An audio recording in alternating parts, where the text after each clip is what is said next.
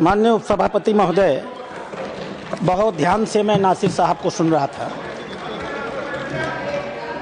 वो किसी शायर ने कहा है, तू इधर उधर की न बात कर, तू बता कि कारवां कहाँ लुटा। मैं बताऊंगा इन्हें कारवां कहाँ लुटा है। जरा मेरा भाषण समाप्त होने दीजिए, मैं ठीक से इन्हें एक्सपोज करने वाला हूं। जी प्लीज। माननीय उपसभापति महोदय, अच्छा डिस्कशन आप चलने दें। आप मैं इनकी बातों को सुन रहा था और मैं इस सदन के संज्ञान में लाना चाहूंगा। माननीय सदस्य सैयद नासिर हुसैन जब इस बारी राज्यसभा में चुने गए, जब ये इनके जीत की घोषणा हुई, मैं उस समय कर्नाटक के बेंगलोर में था। कर्नाटक की विधानसभा में पाकिस्तान जिंदाबाद के नारे लगाए गए थे। भारतीय जनता पार्टी के कार्यकर्ताओं ने विरोध किया, उनको पकड़ करके जेल में भेज दिया गया। भारतीय जनता पार्टी के कार्यकर्ता जो इस पाकिस्तान जिंदाबाद के नारे का विरोध कर रहे थे, उन्हें जेल में भेज दिया गया और इन्हें प्रसिद्ध किया गया। ये लोग बैठाइए, इन्हें बैठाइए, ये बोल नहीं सकते। बैठ जाओ, बैठो। आपस में बात नहीं, प्लीज प्लीज आप बैठो, बैठो प्लीज। आपस में बात नहीं, आपस में बात महोदय, आप चेयर को संबोधित करें। हमने नहीं, चेयर को संबोधित करें। सभापति महोदय प्लीज, आप चेयर को संबोधित करें। सभापति महोदय, आज देश के लिए गौरव का दिन है।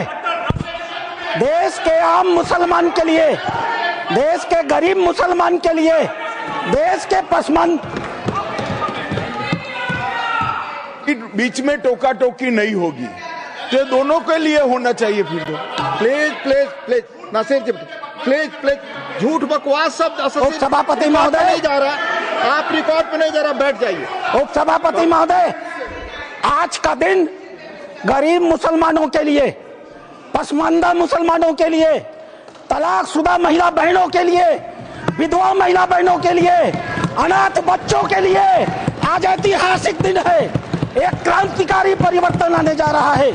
पूरी की पूरी इस गरीब समाज, मुस्लिम समाज की आर्थिक और सामाजिक व्यवस्था में यह वक्फ अधिनियम क्रांतिकारी परिवर्तन लाने जा रहा है। मैं आभारी हूं माननीय मोदी जी का, जिन्होंने इस महान विधेयक को इस सदन में लाने का काम किया है।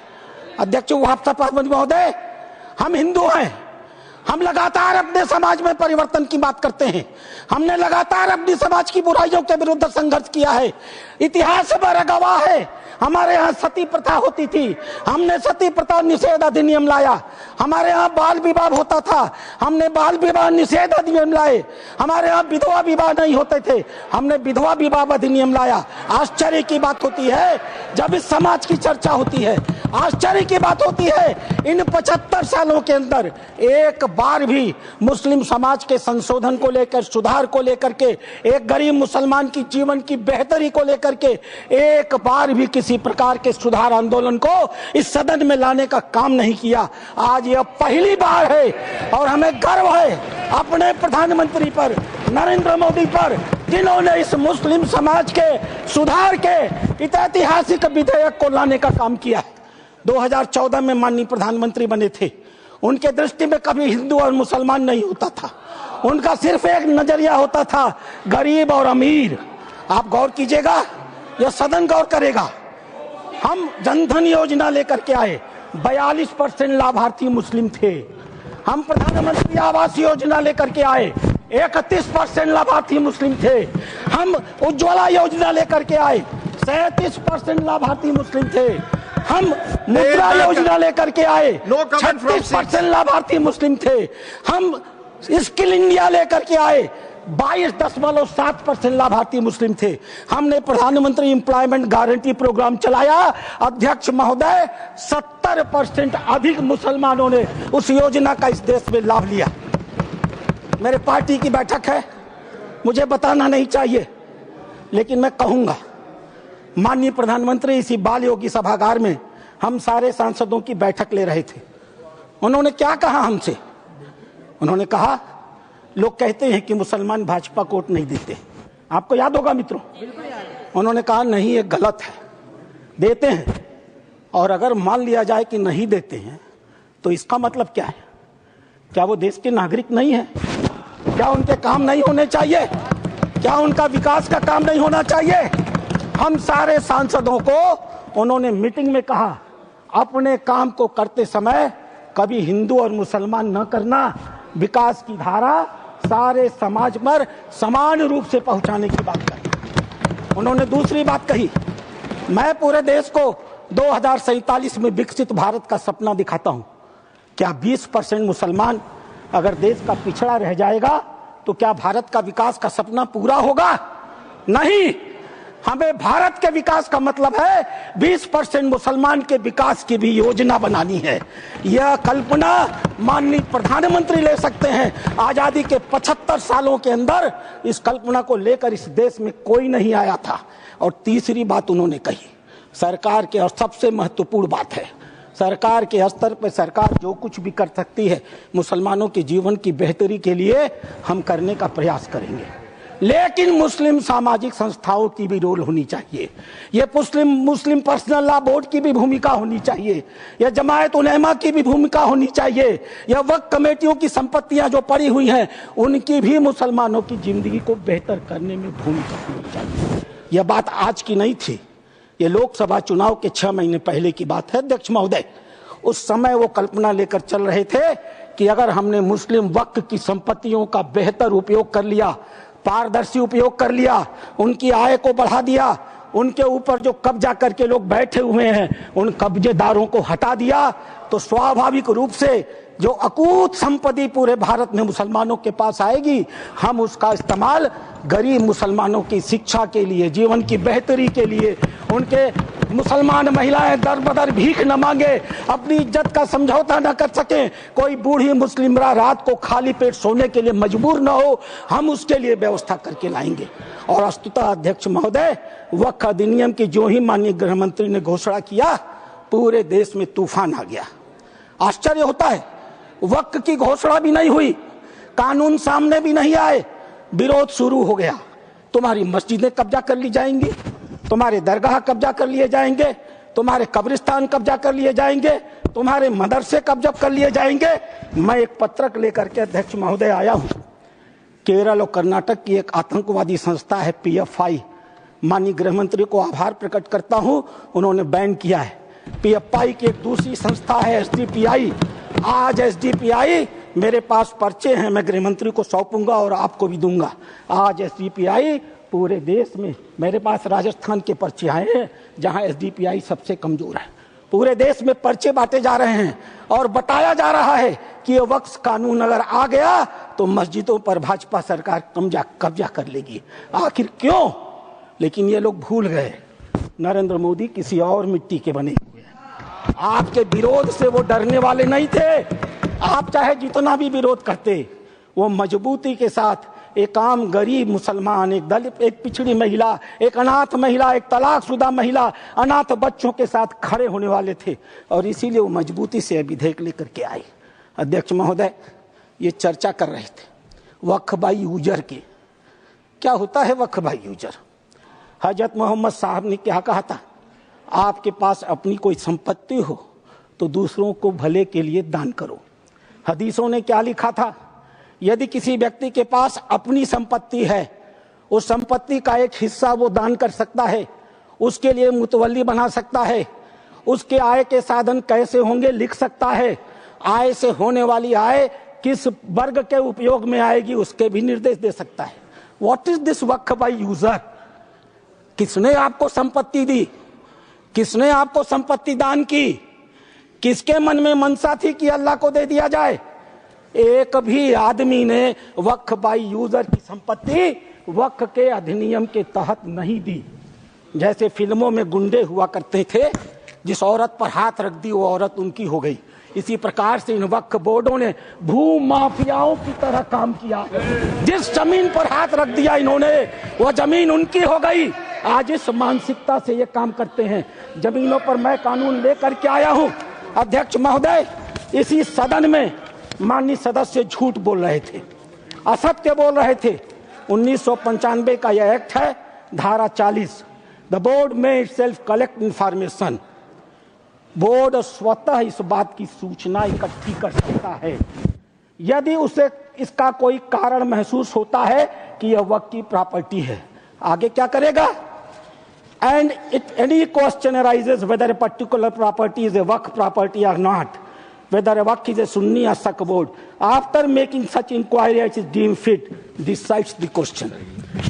संपत्ति पर हाथ रख दो, किसी भी संपत्ति को वक्फ बोर्ड की संपत्ति कह दो और वक्फ बोर्ड खुद ही तय कर लेगा कि वो संपत्ति वक्फ की है कि नहीं है, और जिस बेचारे की संपत्ति ले ली जाएगी उसको पता ही नहीं चलेगा।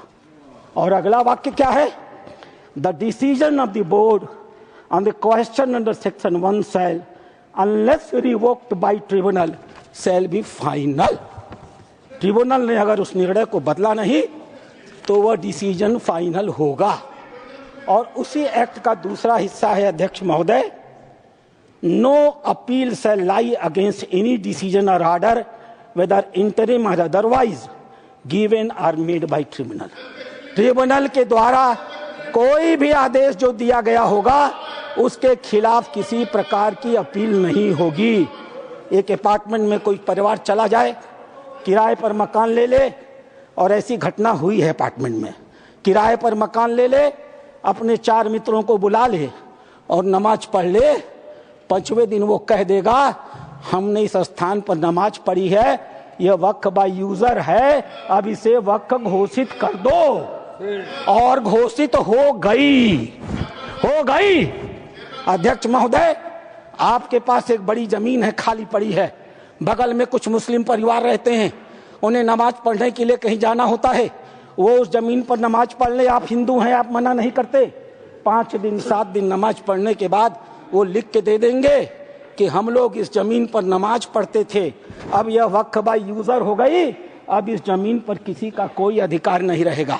माननीय संसदीय कार्य मंत्री उल्लेख कर रहे थे उस घटना का, तमिलनाडु की घटना का उल्लेख कर रहे थे। क्या हुआ तमिलनाडु में?